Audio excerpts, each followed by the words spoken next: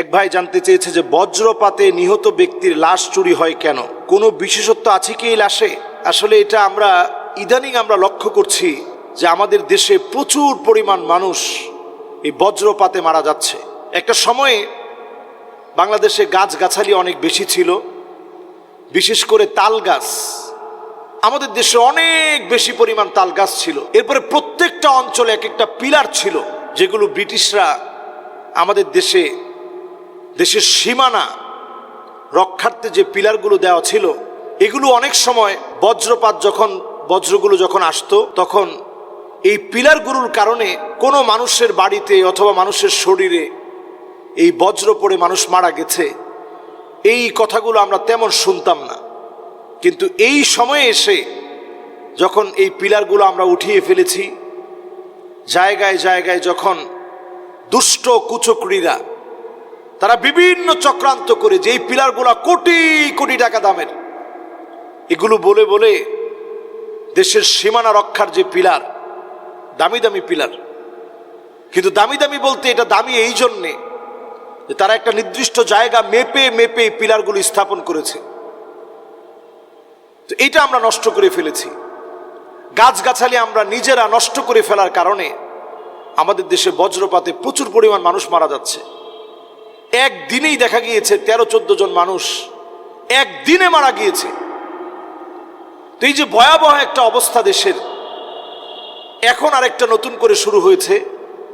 একটা সিন্ডিকেট এ দাবি করছে যে এই ধরনের লাশগুলো, যেহেতু এগুলোর ভিতরে একটা বজ্র এসে পড়েছে, এই শরীরটা খুব শক্তিশালী এক শরীর, এই লাশটা অনেক দামি, মহামূল্যবান। কারণ দেখবেন যে কোনো একটা লোহার ভিতরে যখন তড়িৎ কারেন্ট যখন এটার ভিতরে যখন একটা সময়ের জন্য যখন প্রবাহিত হয়, এই চুম্বকীয় প্রভাবের কারণে এই লোহাটা শক্তিশালী হয়। তো এই চুম্বকীয় প্রভাবের কারণে লোহাটা যেমন শক্তিশালী হয়, তো এই জন্য অনেক সময় আমাদের দেশে এখন এটা বলা হয়, প্রচার করা হয় যে লাশগুলোর ভিতরে এইরকম একটা হঠাৎ করে বজ্র পড়ে, মানুষটা বজ্রপাতে মারা যায়। এই বজ্রপাতে মারা যাওয়া মানুষটার লাশের দাম অনেক বেশি। এটা শুধু লোকমুখে প্রচার করা একটা কথা। আচ্ছা, এটা দিয়ে কি বানানো হয়? অনেকে বলে এটা দিয়ে ইলেকট্রন, প্রোটন এবং নিউটন, পারমাণবিক শক্তি এটা থেকে আবিষ্কার করা হয়। এটা একটা সম্পূর্ণ ভুয়া কথা। দ্বিতীয়ত, অনেক কবিরাজরা তাদের তাবিজ করতে গিয়ে, কালো জাদু করতে গিয়ে এই লাশের বিভিন্ন টুকরাগুলো ব্যবহার করে থাকে এবং তারা কালো জাদুতে এটাকে সম্পৃক্ত করে তারা বলে যে এই কালো জাদু শক্তিশালী হবে যদি এই লাশের একটা টুকরা দেওয়া যায়। তো এই জাতীয় যে কথাগুলো, এই কথাগুলোর কারণেই মূলত আমাদের দেশে বজ্রপাতে কোনো মানুষ মারা গেলে এই লাশটাকে খুব দাম দেওয়া হয় এবং লাশটা চুরি করে ফেলা হয়। খুব দ্রুতই লাশটা চুরির ভয় থাকে, চতুর্দিকে মানুষ পাহারায় রাখতে হয়।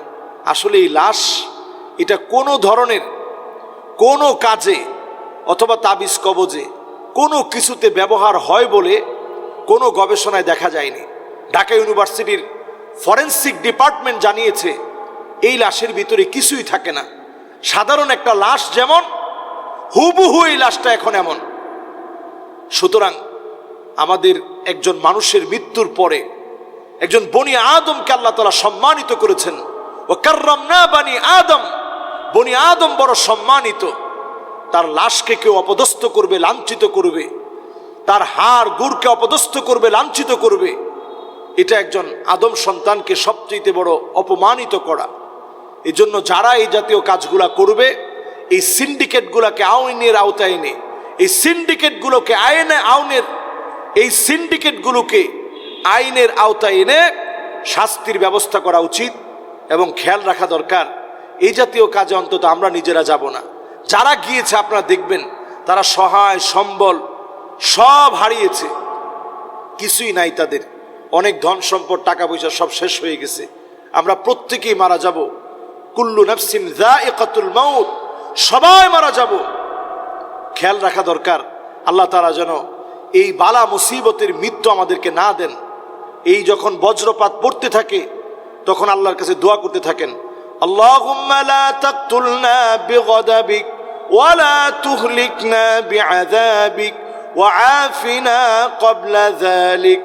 আয় আল্লাহ, এই গজব দিয়ে আল্লাহ আপনি আমাকে শেষ করে দিয়েন না, এই আযাব দিয়ে আল্লাহ আপনি আমাকে মেরে ফেলেন না।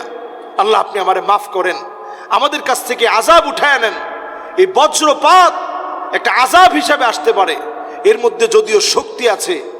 ভূমির ভিতরে আল্লাহ রাব্বুল আলামিন জমিনে ফসল দিবেন, এই ফসল উৎপাদনে এর প্রয়োজন আছে।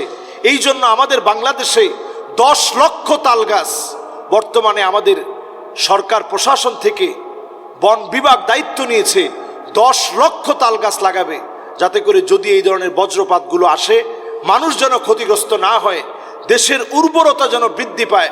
বড় একটা গাছের মধ্যে পড়লো, উর্বর ক্ষমতা যেন জমির বেড়ে যায়, মানুষ যেন ক্ষতিগ্রস্ত না হয়, এই ব্যবস্থাপনায় 10 লক্ষ তাল গাছ লাগানো হবে। সুতরাং এই জাতীয় কোনো নিউজে অথবা সিন্ডিকেটের আওতায় আমরা পড়ব না। আমরা আল্লাহর কাছে পানাহ চাবো, যখনই বজ্রপাত দেখব আমরা আল্লাহর কাছে পানাহ চাবো, আল্লাহুম্মা ইন্নী আসআলুকা খায়রাহা ওয়া আউযু বিকা মিন শাররিহা। আল্লাহর কল্যাণ আপনি দান করেন, অকল্যাণ থেকে আল্লাহ আপনি আমাদেরকে হেফাজত করেন। আমরা দোয়া পড়ব, আল্লাহর কাছে পানাহ চাবো। আসসালামু আলাইকুম ওয়া রাহমাতুল্লাহি ওয়া বারাকাতুহু।